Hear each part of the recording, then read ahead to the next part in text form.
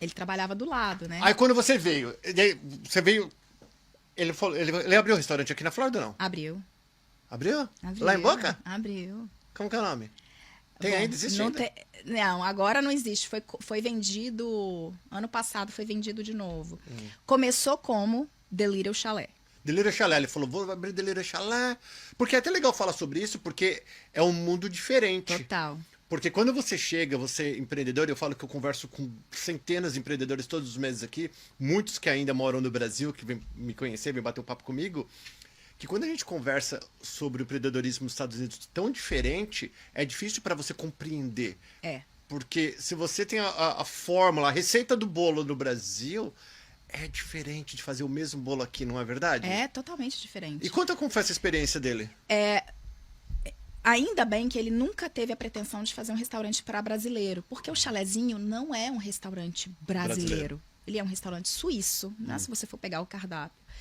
Então, assim, teve algumas adaptações que fizemos no cardápio, porque o fondue aqui, ele é servido como entrada. Ele não é um prato principal.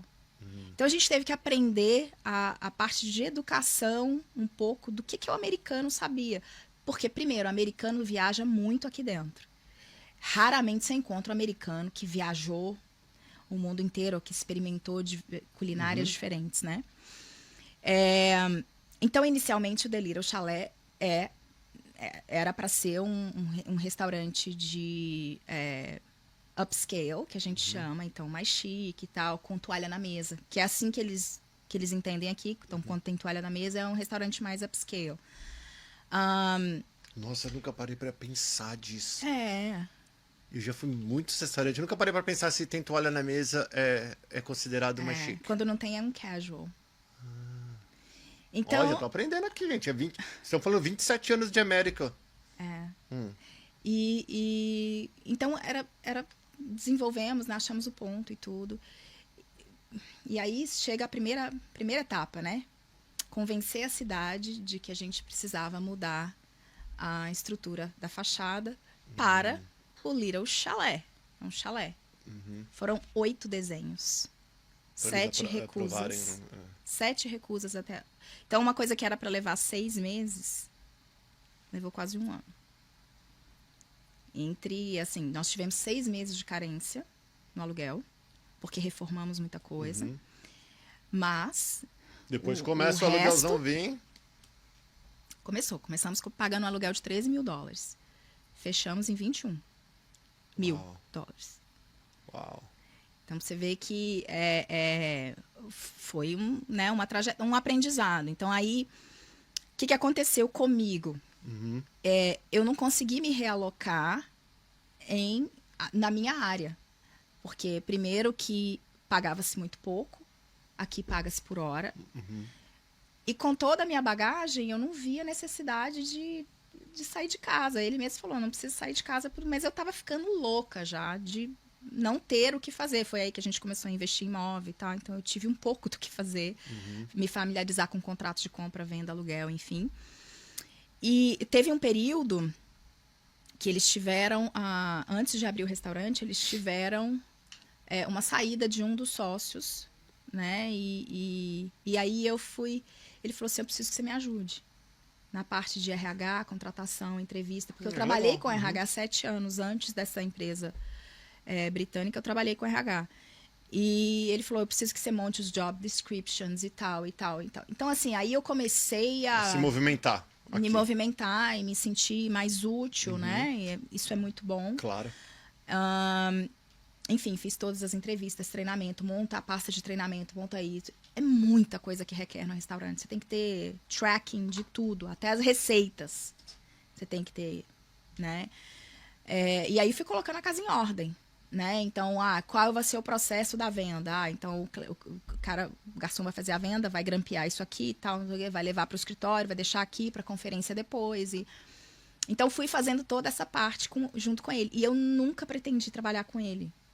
Porque eu não tive uma experiência muito boa com meus pais, trabalhando juntos. Então, a minha imagem era que, assim, cara, meus Trabalhar pais se com separaram. família.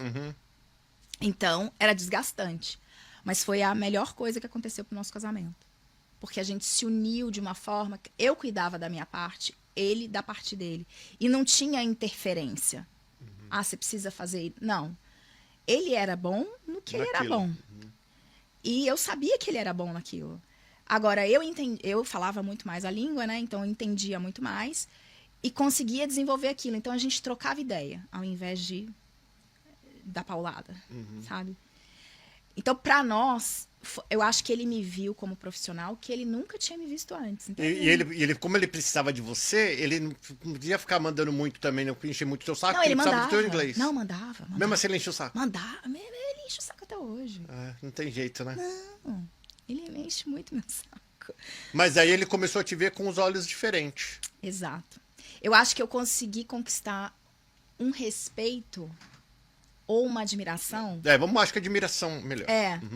Assim, um respeito pelo que eu já tinha aprendido, pelo que eu estava colocando na mesa. Mas o que mais foi legal foi a admiração com que ele teve. Então, depois disso, ele chega para me pedir opinião, para me falar das coisas. Até hoje a gente não trabalha junto, né?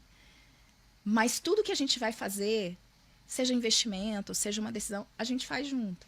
Então, isso foi muito bom. Aliás, eu não me arrependo porque a nossa família ficou mais próxima.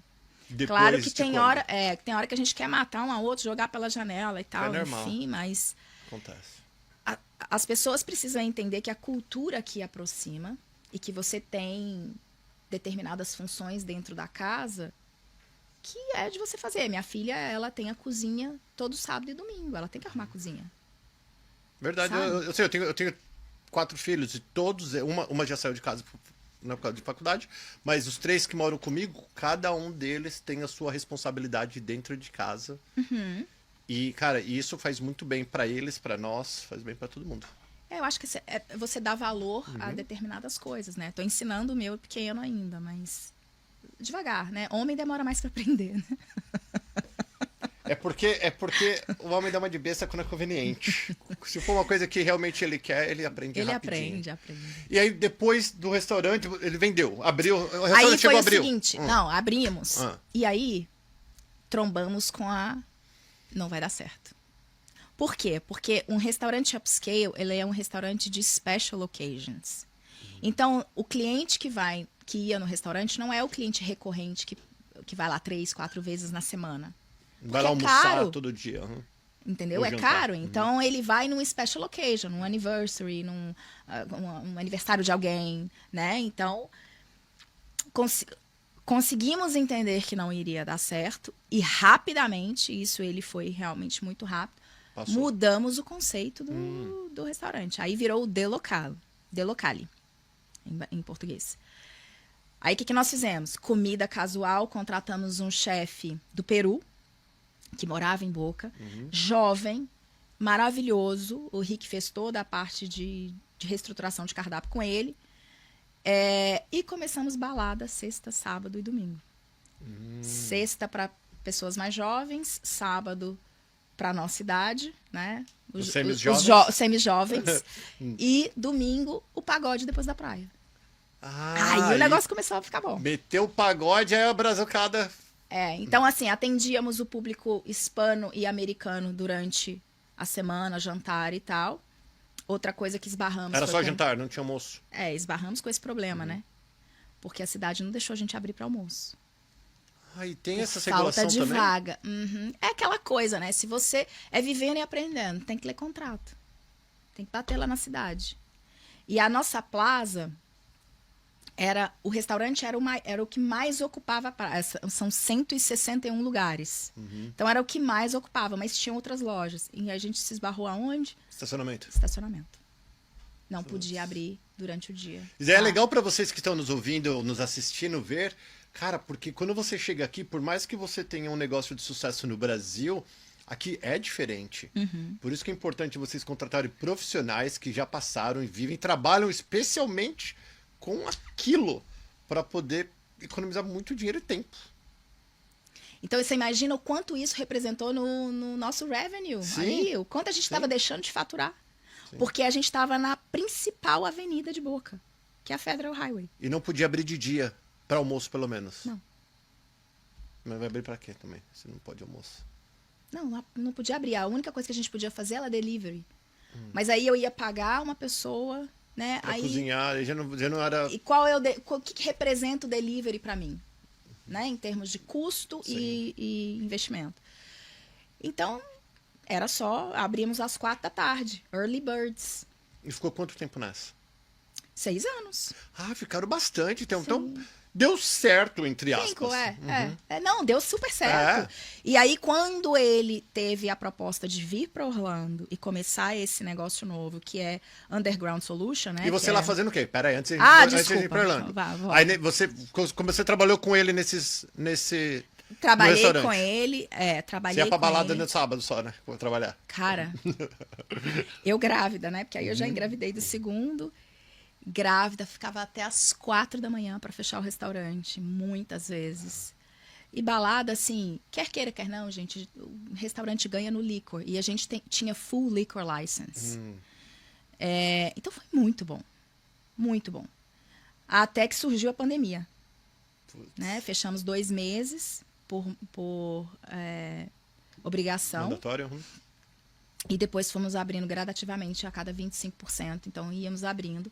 Mas ali pegou. Por mais que os nossos números não mentiam, ali pegou muito pra gente. Na questão do investimento, capital de giro. Conseguimos a ajuda do governo. Perdoável, inclusive. Isso que foi... Mandamos todo mundo embora e só ficamos com 4 funcionários. Então, assim, foi um período que a gente realmente repensou.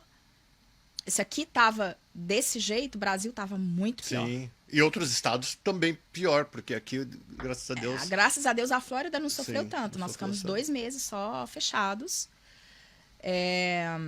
Mas imagina, quando teve o corte do fechamento, a gente tinha cerca de $8.000 de comida no freezer. Putz, ia fazer o que com aquilo? A gente vendeu para um funcionário. Levamos lá para casa, deu para o outro, para não perder. Mas conseguimos depois recuperar parte com o seguro, mas